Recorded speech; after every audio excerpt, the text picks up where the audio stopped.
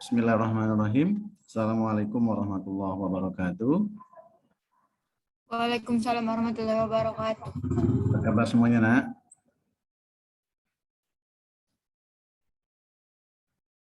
Jasmine? Alhamdulillah. Oke, Jasmine di asrama ya. Alexa, si Khairul Mustaqim. Apa kabarnya Khairul Mustaqim?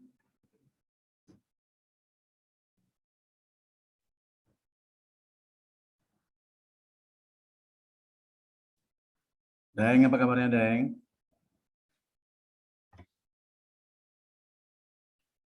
Terdengar suara Abi? Terdengar, Bi. Oke, ya. Alhamdulillahirabbil alamin.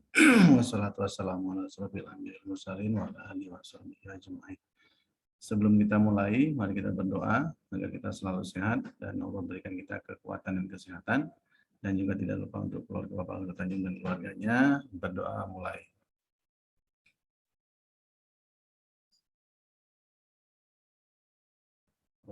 Sadri wa yassir li amri wa hlul 'uqdatam min lisani yafqahu qawli. Seperti biasa, sebelum kita mulai pembelajaran, Bapak selalu tanya jawab ya mengenai program kebugaran yang kalian laksanakan di rumah. Ya, tidak ada maksud lain, ini hanya untuk sebagai kontrol agar kita selalu bugar dan sehat senantiasa. Ya, siapa ini yang baru masuk? Atika, mana Atika? Coba Atika. Yang hadir cuma 6 ya.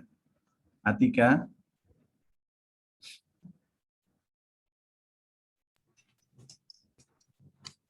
Ya, coba jelaskan secara singkat program kebugaran yang kamu lakukan di rumah.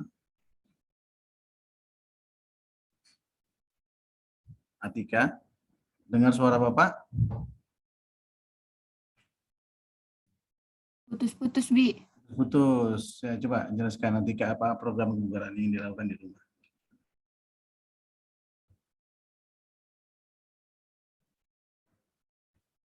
Yuk. Apa, Bi? Apa program kebugaran yang kamu laksanakan di rumah selama liburan atau selama pembelajaran di rumah ya, secara daring? Tidak ada sih, Bi, kalau untuk olahraga pasti. Enggak, untuk kebugaran program? Tapi kerja rumah ada, Bi, yang kayak ngangkat air gitu, Bi. Berapa kilo itu? Berapa liter? Sekali ngangkat. Enggak sih, Bi, seember. Ember. Jauh ini kamar mandi dari rumah? Atau untuk apa? Nyuci Bukan, piring Bi, sebagainya? kayak dari air bersih buat diminum, Bi. Buat diminum. Berapa jarak dari rumah? Ya. Enggak jauh, Bi, kayak 10 meter. 10 meter. Dalam sehari bisa 3-4 kali? Enggak ada, Bi. Sekali kadang pagi-pagi. Ya, itu lumayan rutin, bagus ya. Artinya ada, wah ini otot lengannya, wah hebat ini. Setiap harinya berapa liter ya? 10 liter tadi ya. Itu hampir 1 galon juga ya. Lumayan. Bukan 10 liter, Berapa Bi. liter? Nggak tahu, Bi, tapi di ember. Ember gitu ya. Ya, tapi bisa diprediksi ya berapa berat ya kira-kira ya. Oke, terima kasih Mawada. Dikembangkan lagi, bisa jalan santai, lari pagi, ya. Aktivitas bersih-bersih di rumah Baik, Bi. itu juga merupakan satu kegiatan yang memberi manfaat juga, gitu. Karena terjadi pembakaran pada tubuh, secara metabolisme itu akan terjadi dengan baik. Seperti itu ya. Oke, ini kalau Jasmine tinggal jalan selama ya. Atika sudah. Daeng ada programnya? Nggak ada, Bi. Apa program inti kamu selama di rumah? Biasa, Bi, bantu orang tua gitu, Bi. Bantu orang tua ya. Tapi ya bergerak ya, nggak apa-apa sih ada aktivitas. Artinya ada proses bergerak yang dilakukan. Oke, terima kasih. Yang lainnya dicoba dilakukan, dibuat program ya, sehingga memberi efek positif bagi tubuh kita. Ya buat polanya terserah, boleh. Kalau Bapak sarankan di sore hari ya, karena memang pagi hari kita persiapan untuk pembelajaran. Jadi harus cepat siap, jangan sampai terganggu. Ya, hari ini kita lanjut ke pembelajaran bola kecil, yaitu badminton.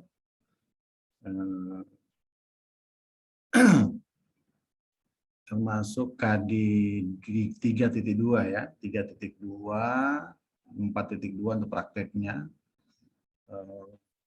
Dengan indikator pembelajaran kita, yaitu menjelaskan gerakan teknik dasar permainan bulu tangkis. Ya.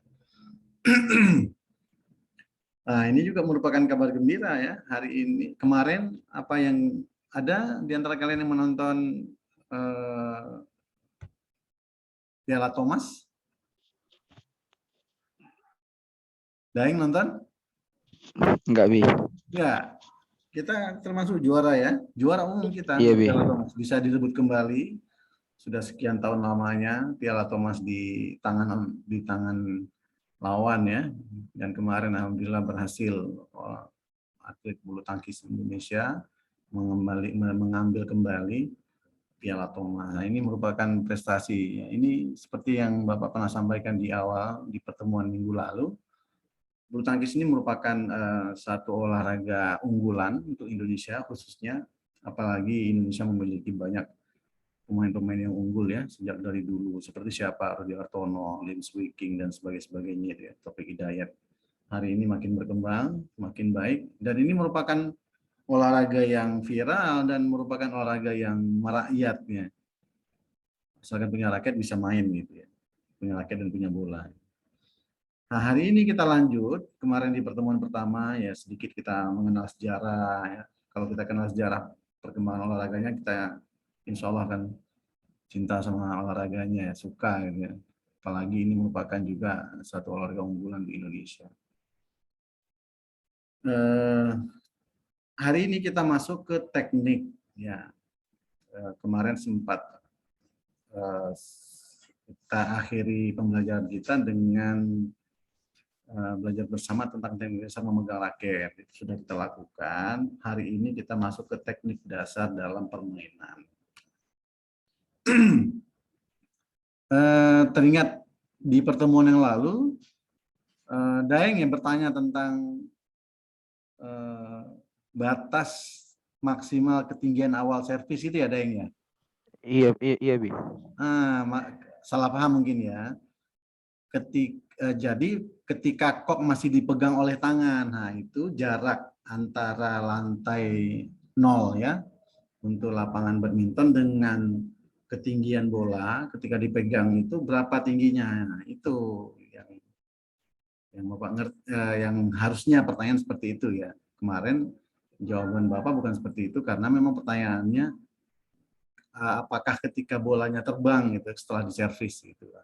Jadi hari ini Bapak jawab, nanti kita akan coba bertanya jawab kembali mengenai di beberapa teknik ya. Teknik dasar servis ini merupakan seperti yang pernah di kelas 10 dan 11 pernah Bapak sampaikan ya, merupakan pukulan permulaan ya dalam permainan. Jadi menandai dimulainya permainan sehingga terjadi permulaan, yaitu dimulai dengan permulaan servis. Nah, sikap-sikap ketika melakukan servis ini perlu diperhatikan. Ini poin-poinnya ya. Sikap-sikap ini ketika tidak dilakukan dengan tepat dan benar, nah, otomatis akan ada pelanggaran seperti itu. Maka saat ini kan pola penilaiannya itu kan rally ya. Jadi begitu ada kesalahan ya poin, kesalahan poin langsung, tidak seperti dulu. Kesalahan pindah, setelah itu kalau menang dia baru dapat poin. Sungguh lama permainannya. Ya. Jadi ada beberapa sikap. Yang pertama yaitu sikap berdiri rileks, ya, rileks, nggak boleh kaku dia, nggak boleh panik, kaku, nggak boleh ya. Rileks, santai ya. Jadi ketika akan melakukan servis itu tidak akan tercapai ke arah yang diinginkan. Jadi kalau rileks, santai ya gitu ya. Nggak boleh tegang. Memang identik permainan perlombaan ini selalu dengan kondisi tegang, apalagi lawannya memiliki lawan-lawan yang keras ya. Seperti itu. Terus yang kedua, bola harus dilepaskan terlebih dahulu baru dipukul. Jangan, kan sepertinya ada beberapa dalam permainan praktek di kelas yang pernah Bapak lihat, ada di antara kalian yang memegang bola kemudian baru dipukul. Harusnya dilepas baru dipukul. Sama seperti pingpong, dilepas baru dipukul. Itu foul, kalau dipegang dipukul foul ya, pelanggaran, nggak boleh. Sama juga dengan pingpong. Kemudian yang ketiga, sikapnya adalah kaki tidak boleh diangkat sebelum bola dipukul. Kaki tidak boleh diangkat sebelum bola dipukul. Kemudian bola tidak didorong, tetapi dipukul, bukan didorong gitu ya, tapi dipukul. Ya. Kemudian, nah ini yang pertanyaannya si Daeng di minggu lalu ya. Kemudian ketika melakukan servis, batas maksimal ketinggian awal servis atau ketika kok masih dipegang oleh tangan itu tingginya dari lantai 00 itu dasar lantai ya, ke bola itu 115 cm seperti itu. Jadi kalau kita sudah terbiasa latihan, maka ada pola latihan dalam servis, sehingga servis yang dilakukan pun tepat. Servis itu harus dilatih rutin agar lebih lancar dan lewat ya bolanya karena dihadang oleh net gitu. Itu harus, karena itu sikap dari awal permulaan permainan, yaitu sebagai pukulan. Maka dalam teknik dasar servis ini ada dua, yaitu servis pendek dan servis panjang. Seperti apakah dia mau melakukan servis pendek, maka dia harus dengan backhand, ya, backhand. Kemudian kalau servis panjang dia harus melakukan dengan pukulan forehand. Seperti itu. Jarang, bahkan tidak ada ya ketika si pemain melakukan servis panjang itu dengan backhand, ya. Karena pukulan pasti nggak maksimal secara tekniknya.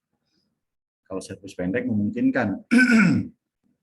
Nah, untuk pola-pola servis pun sudah ngerti ya, kira-kira ya. Untuk pola servis, misalkan dalam permainan tunggal, permainan ganda, itu kan sudah ngerti ya. Karena di minggu lalu pernah Bapak tanya bagaimana teknik permainan bagi pemain tunggal dan ganda dalam penguasaan lapangan, seperti itu ya. Oke. Kita lanjut ke selanjutnya teknik dasar memukul. Nah ini setelah tadi menguasai teknik servis, maka sekarang kita melangkah ke teknik memukul. Yang pertama adalah pukulan lambung atau diistilahkan dalam badminton itu adalah pukulan loop ya. Itu pukulan lambung, melambung, bola melambung ke belakang. Nah ini yang biasanya pukulan loop ini menggunakan forehand loop ya. Jadi menggunakan pukulan yang menggunakan forehand, bukan backhand. Kalau backhand pastinya tidak akan melambung ke belakang seperti itu. Bisa, namun tidak akan maksimal seperti itu ya. Sehingga akan terjadi kemudahan bagi lawan untuk mengembalikan bola seperti itu. Sikap awalnya yaitu berdiri, kemudian kedua lutut dilenturkan. Rileks ya, tetap intinya pada rileks, tidak kaku, kemudian tidak tegang seperti itu. Yang kedua, sikap awalnya pandangan ke arah datangnya kok. Nah, gerakannya untuk pukulan loop ini yaitu raket diayun dari belakang kepala ke depan lurus dengan tenaga yang cukupnya. Jadi sehingga pukulannya memang maksimal melambung tinggi. Kemudian pukulan loop dari bawah, raket diangkat ke atas seakan-akan mencongkel, seperti mencongkel bola yang kita pukul seperti itu. Oke, di teknik servis sama teknik pukul loop ini ada pertanyaan? Ada? Tidak ada, Bi. Nggak ada ya. Insya Allah nanti di akhir sesi bola kecil, kan bola kecil ada 3 ya. Kita akan, Bapak nanti akan putarkan video. Nanti kita akan analisis permainan bola tersebut. Kemudian nanti ada tanya jawab yang akan Bapak sampaikan, akan Bapak tanyakan ke anak-anak Bapak semua. Jadi walaupun kita tidak praktek, namun secara teknis kita melakukan praktek, yaitu dengan menonton video, kemudian kita menganalisis bersama seperti itu. Ya, kemudian teknik pukulan yang kedua yaitu pukulan smash. Ya, ini yang dominan ya, sering dilakukan oleh pemain karena melihat peluangnya besar, maka dia langsung melakukan pukulan seperti itu. Padahal ketika akan melakukan pukulan smash ini harus ada perhitungan-perhitungan. Tidak dengan dengan serta-merta mudah melakukan pukulan seperti itu. Ya. Pukulan smash adalah pukulan keras. Nah, karena dia kuat ya pukulannya, kemudian harus menukik ke lapangan permainan lawan. Pukulan ini harus persis di atas net, tajam ya. Ada juga dengan mirip dengan pukulan smash itu yaitu drop shot ya. Drop shot itu lebih tajam lagi dia, tapi nggak keras. Bedanya antara smash dengan drop shot seperti itu. Pukulan smash adalah pukulan keras dan menukik ke lapangan permainan lawan. Pukulan ini tidak untuk mengembalikan bola yang datang dengan posisi tinggi. Nah, ingat, ketika posisi tinggi memang ketika bola kembali ini tidak layak untuk dilakukan smash ya. Namun tetap harus melihat peluang memang pukulan itu keras, memang bisa bolanya menukik ke lapangan permainan. Nah, ini harus bisa pemain membaca peluang seperti itu. Kemudian sikap yang perlu dilakukan oleh seorang pemain dalam melakukan pukulan smash, yaitu pertama sikap awal berdiri, kedua lutut dilenturkan ya, tidak tegang, rileks, pandangan ditujukan ke arah datangnya bola. Gerakannya bagaimana? Raket digerakkan cepat, keras, menukik dan terarah. Tahapan yang keduanya, tangan diayunkan dari belakang ke depan. Ya, biasanya makin lebar ayunan dari belakang untuk melakukan smash ini maka pukulannya pun makin keras seperti itu. Jadi melihat kebutuhan ya, peluang dalam melakukan smash. Apakah perlu kuat ataukah sedang ataukah lebih kuat lagi seperti itu. Jadi pemain harus mampu melihat peluang seperti itu. Nah, kemudian dari dua teknik tersebut ada beberapa teknik dalam istilah badminton itu footwork ya. Ini sebenarnya yang paling mempengaruhi dalam permainan. Indonesia pernah punya pengalaman dalam permainan badminton atau bulu tangkis, yaitu Ginting. Ya, ketika melakukan permainan melawan tim dari Denmark atau mana itu lupa ya. Penguasaan footwork-nya itu tepat, sudah dilakukan dengan benar. Namun otot kakinya yang tidak kuat, tidak mampu, sehingga terjadi kram otot sehingga permainannya kalah ya. Karena memang Ginting tidak mampu melakukan dengan baik. Nah, ini maka dalam teknik footwork ini harus didukung oleh otot yang kuat. Maka perlu ada pola latihan dalam membentuk otot kaki ya, otot kaki, otot paha seperti itu. Karena ketika melakukan netting, kemudian ketika melakukan smash, ketika melakukan drop shot dan melakukan pukulan-pukulan yang lain, ini membutuhkan otot yang kuat, khususnya otot kaki. Maka ada pola latihan dalam melakukan footwork ini, yaitu belakang, kanan, samping, belakang, kanan, samping, belakang, kanan, samping, depan. Nah, ini depan saja itu ada tiga langkah ya, kanan kiri, kanan tengah, kanan sebelah kanan ya, seperti itu. samping kanan kiri, kemudian belakang kanan, tengah, dan kiri seperti itu. Nah, ini harus sering dilatih sehingga punya kecepatan dalam langkah atau footwork yang baik, sehingga penguasaan bola pun akan lebih baik seperti itu. Maka gerak langkah kaki sangat menentukan keberhasilan memukul kok atau mengembalikan kok seperti itu. Maka teknik dasar langkah kaki yang baik adalah kaki harus dapat digerakkan ke segala arah secara cepat dan ringan. Nah, ini perlu latihan rutin ya.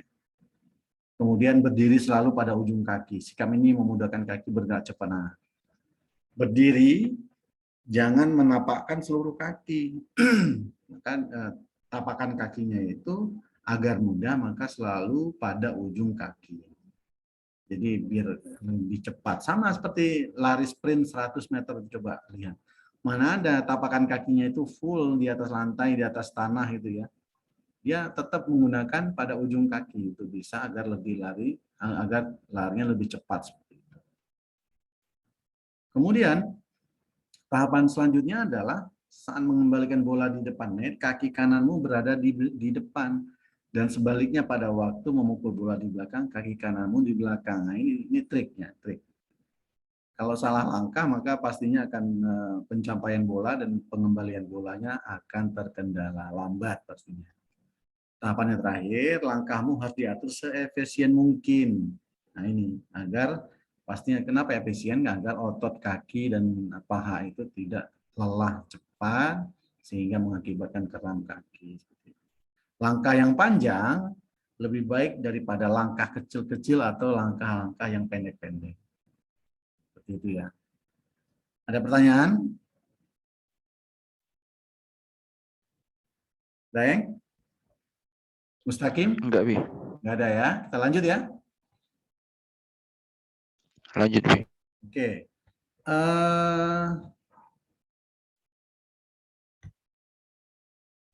Nah, ini dia poin di kelas 12 ya. Bedanya materi PJOK untuk kelas 12 itu dipersiapkan memang untuk perwasitan. Maka dia harus banyak mengerti tentang peraturan-peraturan dalam permainan. Seperti itu. Maka beberapa peraturan yang harus dipahami. Nantinya ketika ujian semester pun pola pertanyaan pun banyak kita buat dalam pola teknik permainan dan juga pola peraturan permainan. Jadi berdasarkan pemainnya, permainan bulu tangkis dapat dibedakan menjadi permainan tunggal atau single. Ada permainan ganda atau putri, double, kemudian ada mixed double ya, ganda campuran ya. Ini semua kita sudah punya prestasi ini dalam ganda campuran, double, single, dan sebagainya. Pemain kedua belah pihak melakukan undian, pihak yang menang biasanya berhak memilih tempat dan melakukan servis lebih dahulu. Sedangkan yang kalah undian menunggu giliran dengan berikut seperti itu. Itu agar terjadi permainan yang fair ya, fair sehingga tidak ada kecurangan, tidak ada pilih kasih dalam permainan, dalam awal permainan. Ini itu dibuat trik seperti itu tekniknya. Kemudian peraturan dalam cara memperoleh nilai juga ada aturannya. Jadi lamanya permainan ditentukan oleh set atau game. Ya, yang paling cepat itu 2 set dimenangi oleh satu lawan, maka tuntas langsung selesai. Tapi kalau permainan dimenangkan oleh satu set pertama oleh pemain A, set kedua oleh pemain B, maka akan ada rubber set, ya. Itu rubber set itu set tambahan untuk penentuan nilai. Jadi kedua pemain melakukan game yang ketiga, jadi yang menangkan game ketiga itu menjadi pemenangnya. Sistem ini mulai diberlakukan pada bulan Mei 2006 ya, karena memang melihat sistem yang lama itu pemain membutuhkan tenaga yang ekstra dan kurang efisien, kurang efektif, bahkan terlalu cepat capek ya.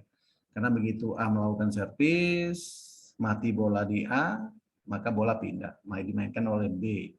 Mati bola di B, pindah ke A lagi. Nah, poinnya akan lama pastinya. Nah, sekarang sudah dibuat sistemnya, yaitu sistem rally point. Servis dilakukan oleh A, kemudian mati bola di A juga, maka poin untuk pemain B seperti itu. Jadi tidak ada, jadi lebih cepat ya permainannya dan juga lebih efektif seperti itu. Maka sistem yang berlaku itu adalah dinamakan rally point. Atau dengan kata lain, setiap orang pemain melakukan kesalahan, lawan langsung memperoleh poin seperti itu ya. Kemudian seorang ataupun sepasang pemain akan memenangkan pertandingan bila telah memenangkan 2 set, ya, seperti yang Bapak sampaikan tadi di awal. Dengan sistem perhitungan poin, tiap setnya sebagai berikut ini. Ya, 1 set terdiri dari 21 poin. Bila terjadi kedudukan 20 sama, otomatis akan terjadi jus 2 ini. Nanti Bapak harap kalian pahami benar-benar, karena nanti ini soal-soalnya dalam bentuk deskripsi, kemudian nanti ini akan diminta untuk mampu dalam menganalisa permainan ya. Jadi otomatis akan terjadi jus 2. Apakah nanti ketika kedudukan 20-19 bisa terjadi jus, atau 20-20 atau 20-21 bisa terjadi jus, nah maka kalian harus betul-betul tahu. Permainan akan berakhir pada poin 22. Kapan permainan terakhir? Kalau kedudukan poin 20 sampai dengan 21. Nah, itu harus dimengerti. Oke ya. Kemudian jus 2 akan otomatis diberlakukan bila kemudian terjadi lagi kedudukan yang sama. Permainan akan berakhir dengan selisih 2 poin. Nah, berapa poin akan terjadi selisih seperti itu. Nanti bisa saja terjadi pertanyaan yang deskripsinya seperti itu ya. Kemudian yang keempat, nah bila terjadi kedudukan 29 sama ini, tidak lagi diberlakukan jus. Permainan akan berakhir pada poin 30. Jadi siapa di antara 30 selesai, dia yang menangkan. Ada pertanyaan? Anak-anak semua, Bapak? Kenapa harus 29, B? Gimana? Kenapa harus sampai 29? Apa ini kan bisa saja permainan, bisa nggak terjadi jus? Coba ketika terjadi jus kira-kira pasti diulang-ulang lagi kan? Ditambah ya kan? Maka otomatis kalau ketika sampai terjadi kedudukan 29 sama ya nggak di jus lagi. Otomatis dia langsung diberlakukan sampai dapat 30 selesai gitu. Itu untuk menghindari penambahan waktu seperti itu. Oke. Mungkin itu saja pertemuan kita. Bapak harapkan bersiap diri ya untuk ujian semester, karena ini akan Desember ya, November ya, November, kemudian nanti Desember sudah akhir tahun dalam semester genap. Kuis, kemudian juga bahan-bahan modul dan sebagainya kalian bisa akses di psikologi yang sudah Bapak siapkan. Nanti bila ada pertanyaan kita bisa sharing di folder diskusi ya, misalkan dalam pelaksanaan dalam penentuan poin dan sebagainya. Terima kasih atas kehadirannya yang hari ini hanya hadir berapa? 19 orang ya. Wah, cukup lumayan banyak. Yang lainnya sampaikan kepada teman-temannya untuk tetap mengikuti proses pembelajaran dengan baik. Ingat ini kalian sudah kelas 12. Nanti semester genap akan mendekati, perlu persiapan dan sebagainya. Terima kasih atas perhatiannya. Mari kita tutup pembelajaran kita dengan baca alhamdulillah. Alhamdulillahirrabbilalamin. Assalamualaikum warahmatullahi wabarakatuh.